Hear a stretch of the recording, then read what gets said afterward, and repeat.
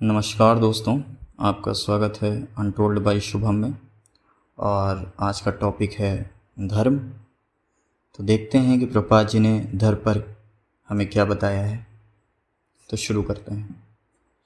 यमदूतों ने उत्तर दिया, जो कुछ वेदों में संस्तुत किया गया है वह धर्म है, और जो इसका विपरीत है वह अधर्म है। वेद प्रत्यक्षता भगवान नारायण है और स्वतः उत्पन्न है, ऐसा हमने यमराज से सुना है। ये श्रीमद् भागवतम में बोला गया है यमदूतों के द्वारा। प्रामाणिक व्यक्ति से सुनना। वैदिक सिद्धांतों को प्रामाणिक माना जाता है क्योंकि उनका उद्भव भगवान श्री कृष्ण से होता है। इस प्रकार वेद भगवान के प्रमाण को उसी तरह वहन करते हैं जिस तरह कानूनी पुस्तकें सरकार की सत्ता का वहन करती हैं। जब धर्म तथा अधर्म को निश्चित करने की बात उठती है तो उसमें इसकी गुंजाइश नहीं रहती कि यह मेरा मत है अथवा मेरे विचार से इसका अर्थ यह है। मत व्यर्थ की बात है। जो मत है कोट इन कोट, ये व्यर्थ की बात है। हमें सुश्रुम विधि से, सुश्रुम मतलब अर्थात ईश्वर के किसी प्रामाणिक प्रतिनिधि से सुनकर ईश्वर को समझना होगा। श्रीमद् भागवत गीता 4.2 में भगवान श्री कृष्ण कहते हैं, इमं विवस्वते योगम प्रोक्तावानहं हम वयम विवस्वान मनवे प्राह मरुरिक्ष्वा कवरे ब्रवीत। भगवान श्री कृष्ण ने कहा, मैंने इस अमर योग विद्या का उपदेश सूर्यदेव विवस्वान को दिया और विवस्वान ने मानव जाति के पिता मनु को उपदेश दिया और मनु ने इसका उपदेश इक्ष्वाकु को दिया। वेदों को समझने की विधि यही है कि उचित अधिकारी यानी गुरु से सुना जाए।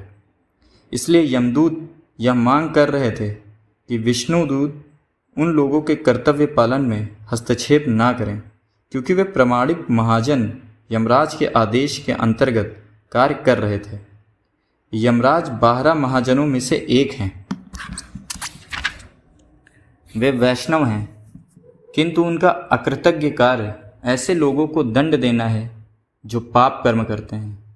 जिस तरह से पुलिस अधीक्षक एक उत्तरदायित्वपूर्ण आज्ञाकारी सरकारी सेवक होता है, उसी तरह यमराज भगवान नारायण या भगवान श्री कृष्ण के आज्ञाकारी सेवक हैं। उनका कार्य पापी लोगों को दंड देना है। यदि सामान्य सरकार में उच्च न्यायाधीश की आवश्यकता पड़ सकती है तो ईश्वर की सरकार में ऐसा क्यों नहीं। श्रीमद् भागवतम में 12 महाजनों का उल्लेख हुआ है। ये हैं ब्रह्मा, नारद, शिव, 4 कुमारगण, देवहूति पुत्र कपिल, स्वयंभू मनु, प्रहलाद महाराज, भीष्मदेव, जनक महाराज, सुखदेव गोस्वामी, बलि महाराज तथा यमराज। ये महाजन सही ढंग से जानते हैं कि ईश्वर कौन है और ये हमें उन तक पहुंचने का दिशा निर्देश कर सकते हैं। इसलिए शास्त्र हमें इन्हीं का अनुगमन करने की सलाह देते हैं। महाजनों का अनुगमन किए बिना ईश्वर को जान पाना असंभव है क्योंकि हम अपने मानसिक चिंतन से धर्म पथ को नहीं समझ सकते। धर्म के सिद्धांतों की व्याख्या भगवान द्वारा की जाती है। इसलिए असली धर्म का अर्थ है भगवान तथा उनके प्रतिनिधियों के शब्दों का पालन करना। श्रीमद् भगवद गीता में भगवान श्री कृष्ण कहते हैं, मामेकम शरणम व्रज, मात्र मेरी शरण में आओ, यह असली धर्म है।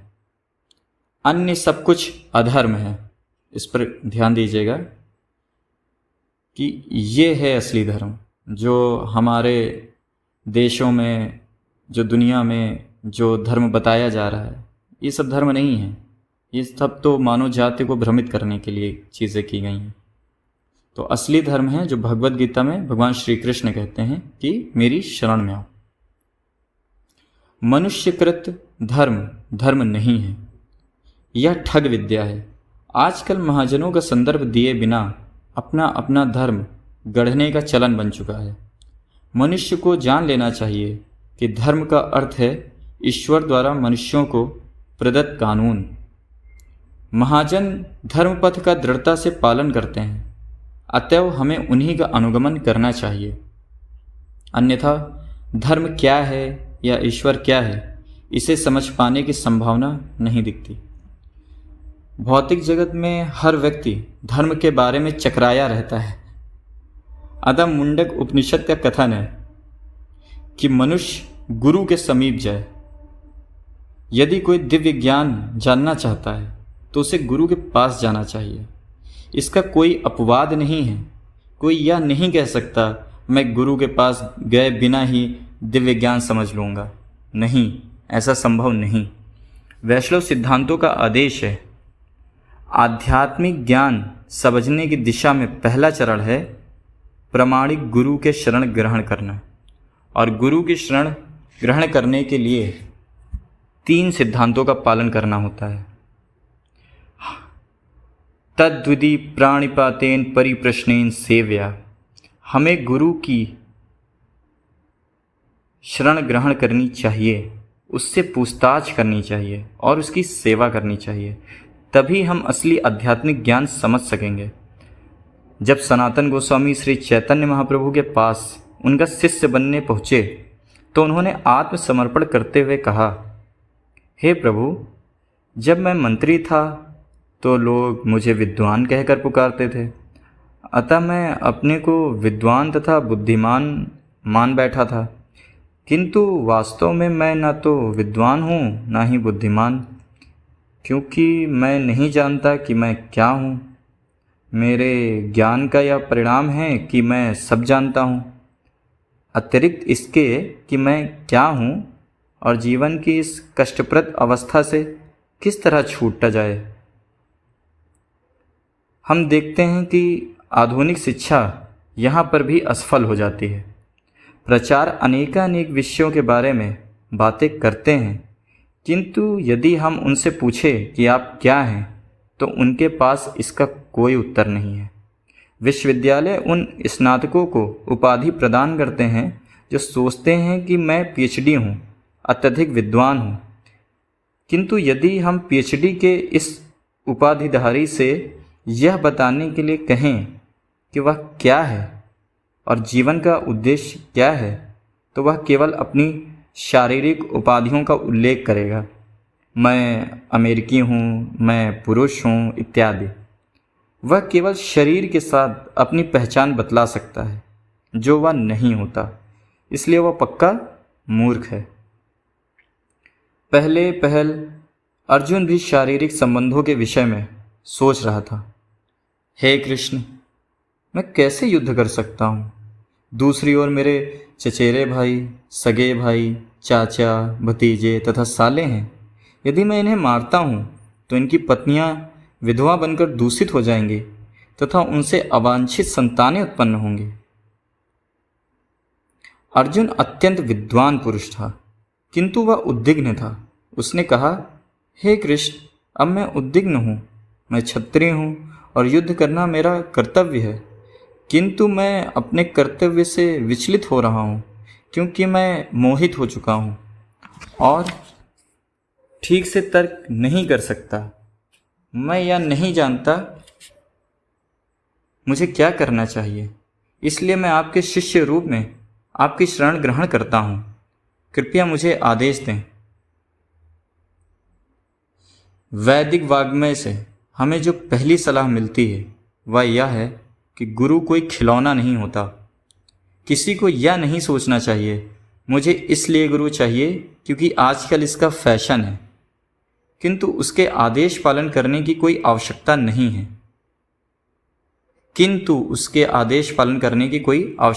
है। इस तरह का गुरु व्यर्थ है और ऐसा शिष्य भी व्यर्थ होता है। गुरु को स्वीकार करना एक गंभीर विषय है। आपको गंभीरतापूर्वक खोजना चाहिए कि ऐसा प्रामाणिक गुरु कौन हो सकता है जो आपके जीवन की समस्याएं हल कर सके। जब कोई व्यक्ति इस जगत की धधकती अग्नि से बाहर निकलने का इच्छुक हो, तभी उसे गुरु के पास जाना चाहिए। जो व्यक्ति अपने जीवन में परम लाभ चाहता है उसे गुरु के शरण में जाना चाहिए। गुरु को वैदिक वाग्मय में निपुण और उसके निष्कर्षों से अवगत होना चाहिए। उसे न केवल शास्त्र में निपुण होना चाहिए, अपितु तो उसे अपने जीवन में वैदिक सिद्धांतों के मार्ग को बिना किसी प्रकार से विचलित हुए अपनाना चाहिए। देखिए, इस पैरा में श्रील प्रभुपाद बोल रहे हैं कि गुरु की योग्यता क्या है, आप कैसे जानेंगे कि ये प्रमाणिक गुरु हैं कि नहीं है। तो इसमें इन्होंने बोला है, प्रभुपाद जी कहते हैं कि एक तो वो शास्त्र में निपुण हो, और ना ही सिर्फ शास्त्र में निपुण हो, बल्कि उसके जीवन में जो वैदिक सिद्धांतों के मार्ग को बिना किसी प्रकार से विचलित हुए अपनाना चाहिए। उसे संपत्ति, स्त्रियों तथा प्रतिष्ठा की लालसा से मुक्त होना चाहिए और भगवान श्री कृष्ण के प्रति पूरी तरह समर्पित होकर आध्यात्मिक जीवन को प्राप्त होना चाहिए। ऐसे व्यक्ति की तलाश करके उसे ही गुरु बनाना चाहिए। अतः यमराज के दूतों ने बहुत ही उचित उत्तर दिया। उन्होंने धर्म या अधर्म के सिद्धांत गढ़े नहीं, उल्टे उन्होंने अपने गुरु यमराज से जो कुछ सुना था वही बतला दिया। महाजनों येन गता सा पंथा, मनुष्य को चाहिए कि महाजन का अनुसरण करे। यमराज 12 महाजनों में से एक है। अतएव यमराज के दूतों ने पूर्ण रूपे न्याय संगत जवाब दिया कि शुश्रूम, हमने अपने स्वामी यमराज से सुन रखा है। तो इसमें लास्ट में जो इन्होंने बोला है उनके दूतों ने कि यमराज से उन्होंने सुन रखा है कि हमने अपने स्वामी यमराज से सुन रखा है। इसका मतलब है, जब हमने स्टार्टिंग में शुरू किया था जिसमें प्रभुपाद जी बोल रहे हैं, तो गुरु के प्रति हमें समर्पण होना चाहिए। इस प्रकार का समर्पण जैसे यमराज के दूत यमराज के प्रति हैं कि उन्होंने यमराज से सुन रखा है। इसीलिए हमारे जो 12 महाजन हैं जिसके बारे में अभी हमने चर्चा की, वही हमारे उत्तराधिकारी हैं। उन्हीं से हमको ज्ञान लेना चाहिए, उन्हीं से हमको पता चलता है कि प्रामाणिक गुरु कौन है। तो उन्होंने जो बताया हमको एज इट इज़ फॉलो करना है। तो कृपया आप लोग बताएं कि आपको कैसा लगा और धर्म क्या है। हम अब समझ पाए हैं कि जो ये भौतिक दुनिया में जो ये धर्म चल रहा है, ये धर्म नहीं है, बल्कि धर्म है जो भगवद गीता में श्री कृष्ण कहते हैं कि मुझे शरणागत करो। जो कृष्ण को शरणागत होकर आध्यात्मिक जीवन को अपनाता है और प्रामाणिक गुरु की सेवा करता है, उनके शरणागत होता है, वो होता है धर्म। तो बहुत बहुत धन्यवाद। कृपया आप लोग अपने विचार साझा करें।